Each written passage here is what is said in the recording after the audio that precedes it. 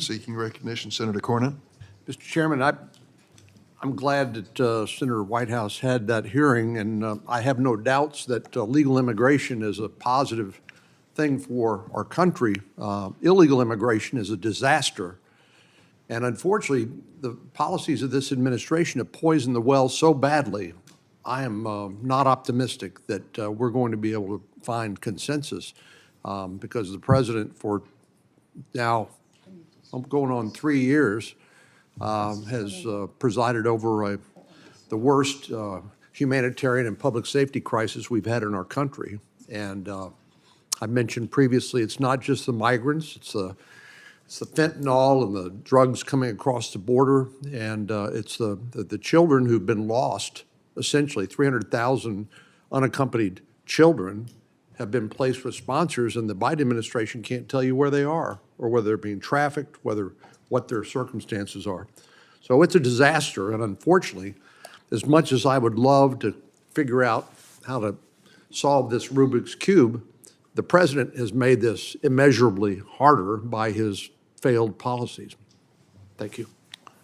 Mr. Chairman, I commend to the senator the testimony in the Budget Committee. Thank you. Thank you, Senator Whitehouse. Who's seeking recognition? Senator Kennedy. Mr. Chairman, I really wanted to ask Senator Cornyn to yield for a question. Would you elaborate any more, a bit more rather, on the inability of the administration to find the children?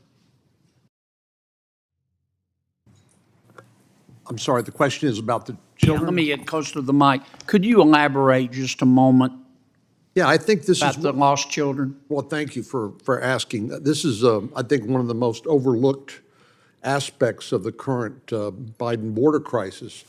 Since the president became president of the United States, there have been 300,000 unaccompanied children placed with sponsors in the United States. Just to be clear, these don't have to be related to the child, but just willing to accept one of these unaccompanied children. The New York Times did a couple of investigative pieces about how some of these children have been placed in involuntary labor and servitude, very dangerous circumstances for these children, but also that there were 85,000 calls by Health and Human Services Office of Refugee Relocation. Out of the 300,000, 85,000 calls 30 days after they were placed with a sponsor, and there was no answer and no follow-up. So my point is, the Biden administration can't tell you whether these kids are going to school, whether they're getting the health care they need, whether they're being sexually abused, whether they're being neglected.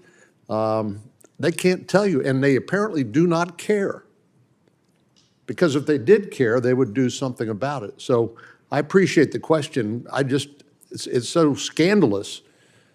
I keep asking myself, what's it going to take to get this president's attention? Obviously, the mayor of New York and the governor of Massachusetts and the mayor of Chicago and others who were saying, you know, we can't handle this.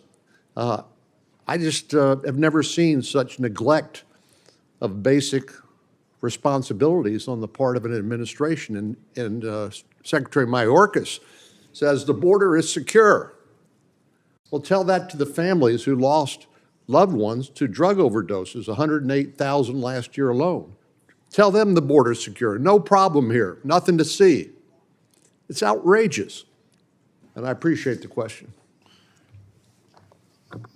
Let me say in response to that several things. First, we recall that previous administrations, including the Trump administration, forcibly separated parents from children, and only under a court order from a judge in California set out to find out what happened to those children. That is unacceptable under any president, and I would gladly add my voice to that cause.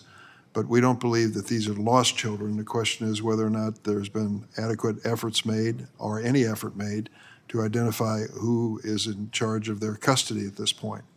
We are involved in an investigation in the committee, and I hope it leads, I think it may lead to a hearing before us here as to the details of these circumstances.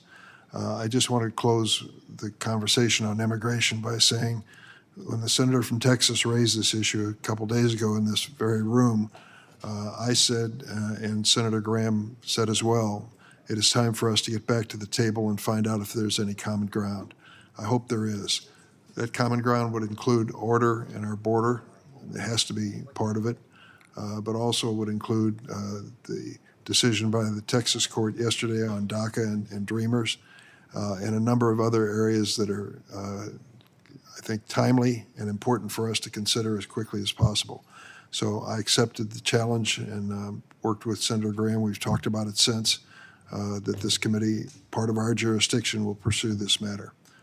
Anyone else seek recognition? Mr. Chairman, if I could just respond briefly. The point is that the Biden administration doesn't see it as their responsibility to follow up on the welfare of these children. They're leaving this to the Child Protective Services of the various states.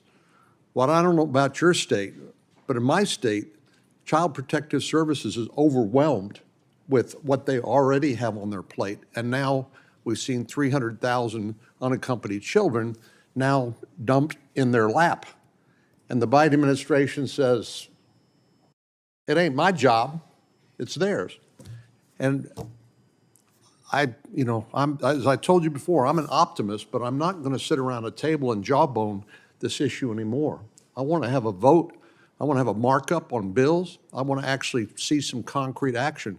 We've been talking about this for years with no action, and I think this cries out for action and not talk.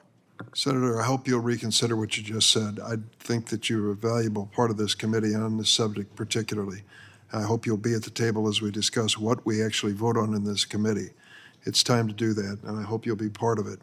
And I might say the characterization of the Biden administration is mistaken, but it is true to say that the current system is not adequate and has to be improved.